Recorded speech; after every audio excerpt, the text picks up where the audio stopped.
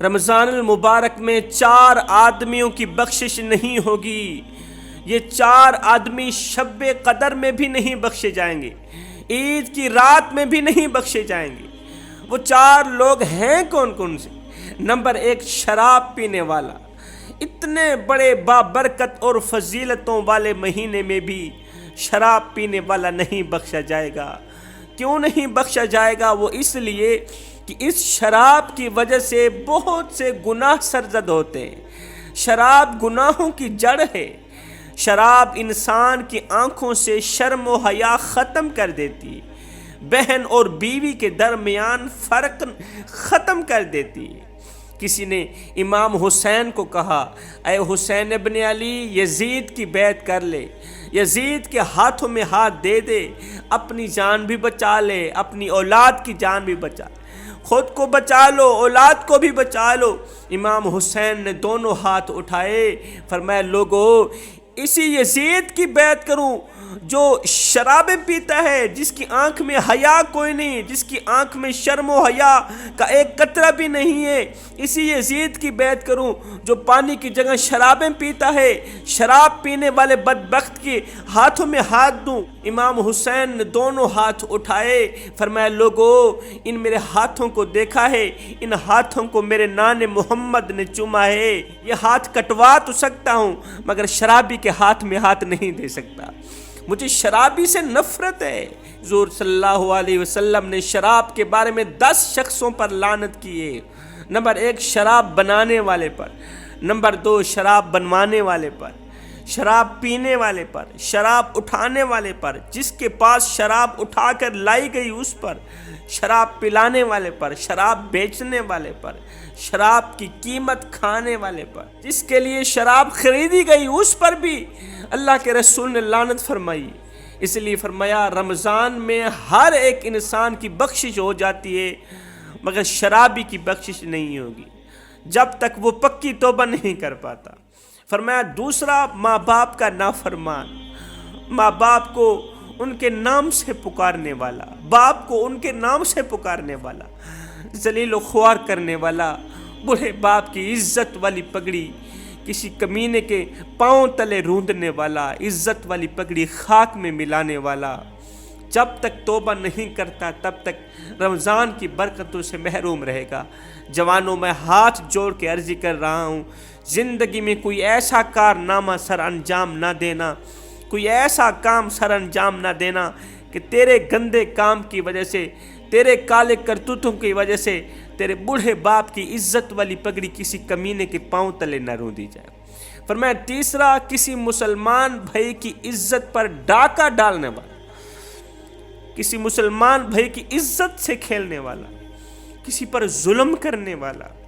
ایک رات سلطان محمود غزنوی کو کافی کوششوں کے بعد بھی جب نیند نہ آئی تو اپنے غلاموں سے کہنے لگے کہ مجھے لگتا ہے کسی مظلوم پر آج ظلم ہوا ہے، اس لیے تو مجھے نیند نہیں آ رہی۔ تم لوگ اس طرح کرو، جلدی گلی محلے میں پھیل جاؤ، اگر کوئی فریادی نظر آئے تو فوراً اسے میرے پاس لے کے آئے، مجھے لگتا ہے کسی پر آج ظلم ہوا ہے، اس لیے تو مجھے نیند نہیں آ رہی۔ تھوڑی دیر بعد جب وہ غلام واپس آئے، کہنے لگے سلطان جی ہمیں تو گرد و نواح کوئی بھی فریادی نہیں ملا، لہٰذا آپ آرام سے سوئیں، کسی کی فریاد نہیں آ رہی، کسی پر ظلم نہیں ہوا۔ سلطان کو جب پھر بھی نیند نہ آئی تو کپڑے بدل کر خود محل سے باہر نکلے۔ محل سے تھوڑا سا دور کسی کی فریاد سنائی، کسی کے رونے کی آواز سنائی۔ وہ فریاد کچھ اس طرح کی تھی کہ کوئی کہنے والا کہہ رہا تھا، اے اللہ، اللہ سے فریاد کر رہا تھا رو رو کے، اللہ سلطان محمود تو اپنے مصاحبوں کے ساتھ محل میں عیش و عشرت کی زندگی گزار رہا ہے اور مجھ نہ چیز پر ظلم توڑا جا رہا ہے۔ یہ سنتے ہی سلطان نے آواز دی، تم کون ہو؟ میں سلطان محمود ہوں، تمہاری فریاد سننے کے لیے آیا ہوں، مجھے بتاؤ کیا ظلم ہوا ہے تمہارے ساتھ؟ کہا بادشاہ سلامت، ایک شخص ہے جس کا نام میں نہیں جانتا، ہر رات میرے گھر آتا ہے، میری بیوی کو چھیڑتا ہے، اس پر ظلم و تشدد کرتا ہے۔ کہا اس وقت وہ کمینہ کہاں ہے؟ اس شخص نے کہا شاید وہ چلا گیا ہوگا۔ سلطان محمود نے کہا دوبارہ جب بھی وہ آئے تو فوراً آ کر مجھے اطلاع دینا۔ سلطان نے اپنے محل کے دربان کو وہ شخص دکھایا۔ کہ جب بھی یہ دروازے پر آئے تو اسے سیدھا میرے پاس لے کے آنا، اگر میں نماز کی حالت میں بھی ہوں تب بھی مجھے اس سے ضرور ملوانا۔ اگلی رات وہ شخص سلطان کے پاس آیا، بتایا کہ وہ کمینہ میرے گھر میں موجود ہے اور میری بیوی کو چھیڑ رہا ہے، میری بیوی پر ظلم کر رہا ہے۔ سلطان اسی وقت تلوار ہاتھ میں لیے اس شخص کے ساتھ چل پڑے۔ جب اس کے گھر پہنچے تو سلطان نے کہا اپنے گھر کے سارے چراغ بجھا دو، سارے چراغ بجھا دو۔ جب چراغ بجھ گئے سلطان نے اندھیرے میں ہی اس کمینے کا سر تن سے جدا کر دیا۔ اسے قتل کرنے کے بعد سلطان نے حکم دیا کہ اب چراغ روشن کر دو۔ جب چراغ روشن ہوئے، جب روشنی پھیلی، سلطان نے جیسے ہی اس کمینے شخص کا چہرہ دیکھا، اس مرے ہوئے شخص کا چہرہ دیکھا تو سجدے میں گر پڑے۔ پھر ایک دم گھر کے مالک سے کہا کہ اگر کچھ کھانے کو ہے تو جلدی کرو، لے آؤ، مجھے بہت بھوک لگی ہوئی ہے، بھوک نے ستایا ہوا ہے۔ وہ شخص ایک سوکھی روٹی اٹھا کر لایا، غریب شخص تھا، سوکھی روٹی اٹھا کر لایا جسے سلطان نے بڑی رغبت سے کھایا، بڑی محبت سے کھایا، بڑے شوق سے کھایا۔ وہ شخص سلطان سے بڑی حیرت سے پوچھنے لگا کہ حضرت، چراغوں کو بجھانا، سجدہ کرنے اور روٹی طلب کرنے کے پیچھے آخر ماجرا کیا ہے، آخر راز یہ کیا ہے؟ سلطان نے کہا میں نے جب تمہاری داستان سنی تو سوچا کہ میری سلطنت میں ایسا ظلم کرنے کی ہمت صرف میرے بیٹے کو ہی ہو سکتی، اتنا ظلم کرنے کی ہمت کسی اور کو نہیں ہو سکتی سوائے میرے بیٹے کو۔ چراغ جلانے کے بعد جب میں نے دیکھا کہ یہ میرا بیٹا نہیں ہے، کوئی اور ہے، تو میں سجدہ شکر بجا لایا کہ شکر ہے میرے مالک، یہ کمینہ کوئی اور ہے، یہ میرا بیٹا نہیں ہے۔ اور آپ سے کھانا اس لیے مانگا کہ جب سے مجھے تمہاری مصیبت کا علم ہوا، جب سے مجھے تمہاری اس مصیبت کا علم ہوا تو میں نے اللہ کے سامنے قسم کھائی تھی کہ جب تک تمہیں انصاف نہیں مل جاتا میرے اوپر روٹی حرام ہے۔ اس وقت سے اب تک میں نے کچھ نہیں کھایا، نہ کچھ کھایا ہے نہ کچھ پیا ہے۔ معاشرے میں آج کل ظلم و زیادتی عموماً غریب سے ہی کی جاتی جو ناقابل معافی جرم ہے۔ فرمایا چوتھا، صحت مند ہونے کے باوجود بھی بیماری کا عذر پیش کرنے والا شخص کہ میں بیمار ہوں اس لیے روزہ نہیں رکھ سکتا۔ قیامت کے دن کچھ لوگ غریبی اور امیری کا عذر پیش کریں گے، کچھ لوگ اپنی غریبی، بیماری اور غلامی کا عذر پیش کریں گے۔ اس وقت اللہ تعالیٰ نیک بندوں کو بلا کر ان کے تمام عذروں کا جواب دیں گے۔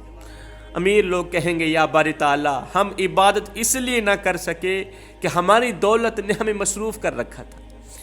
اللہ تعالیٰ حضرت سلیمان علیہ السلام کو بلائیں گے۔ جب امیر لوگ کہیں گے نا کہ ہماری دولت نے ہمیں مصروف کر رکھا تھا، تو نے ہمیں اتنی بڑی دولت دی تھی، دولت کو سنبھالتے یا تیری عبادت کرتے؟ اللہ تعالیٰ اسی وقت حضرت سلیمان علیہ السلام کو بلائیں گے اور فرمائیں گے کہ میرے سلیمان کے پاس حکومت تھی، سبحان اللہ، میرے سلیمان کے پاس حکومت تھی، نام تھا، شہرت تھی، مال تھا، دولت تھی، سب کچھ تھا، تم سے زیادہ مال تھا، انہوں نے تو میری عبادت نہیں چھوڑی، لہذا تمہارا یہ عذر قابل قبول نہیں ہو۔ بیمار لوگوں سے پوچھے گا اللہ تعالیٰ کہ تم نے میری عبادت کیوں نہ کی، وہ لوگ اپنی بیماری کا عذر پیش کریں گے۔ یہ سنتے ہی اللہ تعالیٰ حضرت ایوب علیہ السلام کو بلائیں گے، فرمایا نادانو، میرا ایوب تو تم سے زیادہ بیمار تھا، لیکن بہت زیادہ بیمار ہونے کے باوجود بھی انہوں نے میری عبادت نہیں چھوڑی، بہت زیادہ بیمار ہونے کے باوجود بھی انہوں نے نماز نہیں چھوڑی۔ غریب لوگ کہیں گے یا اللہ، غربت کی وجہ سے آپ کا ذکر نہ کر سکے، محنت مزدوری کرتے رہے پیٹ پالنے کے لیے، بس غربت کی وجہ سے آپ کا ذکر نہ کر سکے، وہ اس طرح کا عذر پیش کریں گے۔ اللہ تعالیٰ حضرت عیسیٰ علیہ السلام کو بلا کر فرمائیں گے اور نادانو، ایک وقت تھا کہ میرے عیسیٰ کے پاس کھانے کو کچھ بھی نہیں تھا، کچھ بھی نہیں تھا، پھر بھی انہوں نے مجھے سجدہ کرنا نہیں چھوڑا، بھوک برداشت کی، پیاس برداشت کی، مجھے سجدہ کرنا نہیں چھوڑا۔ حالانکہ یہ شکوہ کر سکتا تھا، شکایت کر سکتا تھا، تو مجھے بھوکا رکھتا ہے، میں تیری عبادت کیسے کروں؟